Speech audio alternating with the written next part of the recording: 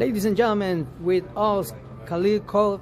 Hey, what a pleasure to have you over here, close to the garden. How are you? I'm good, I'm feeling good, I'm feeling great, I'm ready.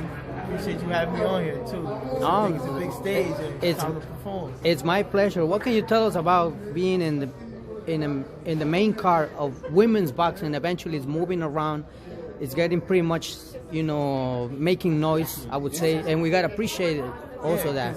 And as a boxer, females don't really get that much exposure. So this right here is big, it's history, So for me to be on this card, I'll forever be remembered, Like, oh, this is the card, or Khalil was on the first, and it's two amazing fighters that they're gonna put on an amazing fight. Definitely. That I'm looking forward to, and it's great. Definitely, I agree with you. History is gonna be right. These women, they're gonna write history in the MSG, April 30. What can you say about yourself that you're gonna bring on that night? I got a lot of things, I'm gonna bring out I'm gonna put on a clinic. I'm gonna put on a clinic this time, this go round. I want to show that it's more to me than just power and brute. I want to show that I have some elusiveness, some slickness. I have an IQ, ring generalship. I want to show my boxing. That I can switch it up. And still get the victory. I would say the fight fans would love to see how you perform, and of course your opponent, because hey, let's not forget, two will make the fight. Yep. One person cannot only fight by himself. It will be shadow box only, but this is eventually the great fight that both of you guys gonna put it on April 30. It's pretty much intriguing, your weight class. What can you say about Canelo Bivol?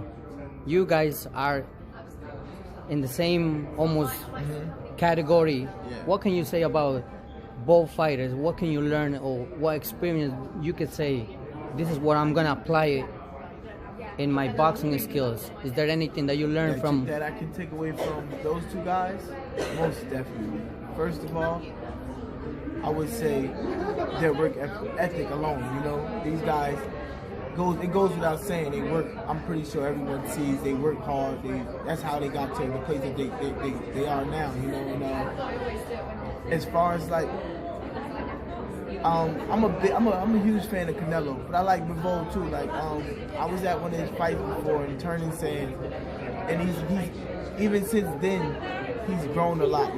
Like he's developed more footwork that he didn't really have at the beginning. So I commend him for growing. So when people get to a certain level, they're just stuck. You know what I'm saying? And Canelo, he's Canelo, like he's one of the greatest, like he's definitely gonna go down in history. And I would say, like, for him, he that drive, that he applies a lot of pressure, and that's what I tend to do sometimes in some fights. Depending on who I'm fighting and how my coach wants me to fight, his head movement, and his consistency. He's always moving forward, shall I say, in a way. And like Bivol, he has his jab, his great jab.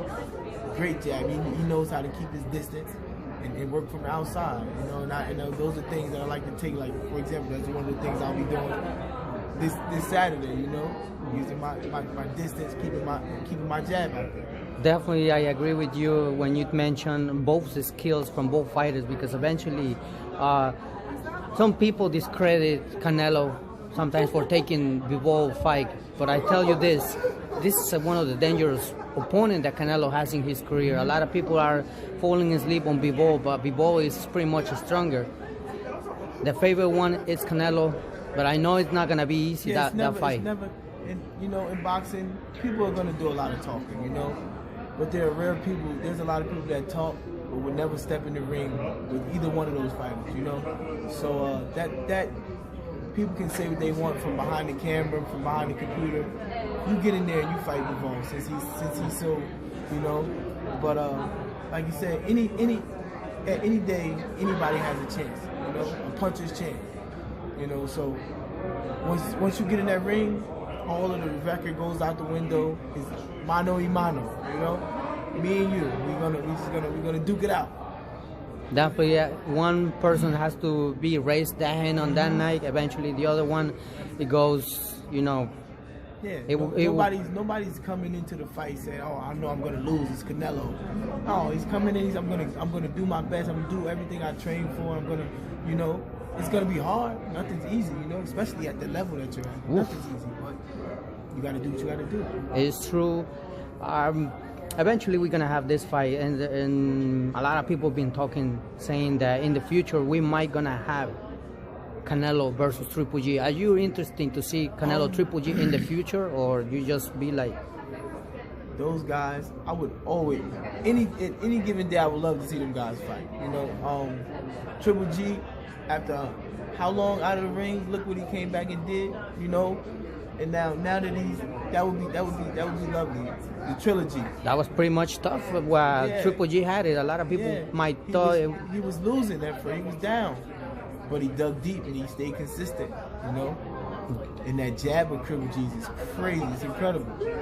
So yeah, man, I would never turn down a Canelo Triple G fight. It's pretty much interesting because it seems like 24 rounds they went already, and it wasn't enough. It wasn't you know. But the first one was debatable. So now there's a lot of people that want to, okay, you gave him a chance, he won, but give him let's even the playing the field, you know, give him let's fight one more time. They want to see the last fight and see how it goes. It's true. Eventually, you are in the category where you're gonna perform April 30. You're gonna see the best of these two athletes. Much love and respect also for your opponent, because at the end of the day, this is a beautiful sport. There wouldn't be a fight without him, you know. Hey, exactly. Yeah. And when it comes from myself, I want both fighters come out safety, because at the end of the day, it's a sport. At the end of the day, you guys shake hands and everything, and the best man on that night may win. Definitely. Yeah. I always, you know, wish safety upon my opponent, for me, my opponent, their team, you know, because at the end of the day, it's not personal, you know, and whether we win or lose, we shake hands, hug, and we can go eat, have something to eat together, you know. At the end of the day, there's no hard feelings, you know, and yeah, like, there's nothing more to it. Exactly. Khalil, before we wrap it up this interview, a message that you would like to add to the youth and all the kids that eventually will watch the interview, and of course give it a message, because we're living in hard days right now, and I'm pretty sure you are a role model for everyone who's behind you, and eventually they want to look at someone like, eventually you started practicing boxing and everything, so that's your goal, that's your career. A message that you would like to add it to? Stay focused, you know. Don't let anyone derail you or distract you from your goal. Whatever you do, you go 100%. You know, you don't straddle the fence. You have to sacrifice now for the later goal. You know, everything it'll come in time. You just have to work for it. You know, nothing that's easy is worth having. We don't want anything that's easy. You know, so everything that comes with hard work, you appreciate it more. You know, and you'll be fine. I agree with you. Fight fans, stay tuned. April 30, MSG. Khalil Coe is ready to perform. Do not miss this fight and the whole event. Thank you, Khalil. Thank you for having me. Hey, it's always a pleasure to have you over here.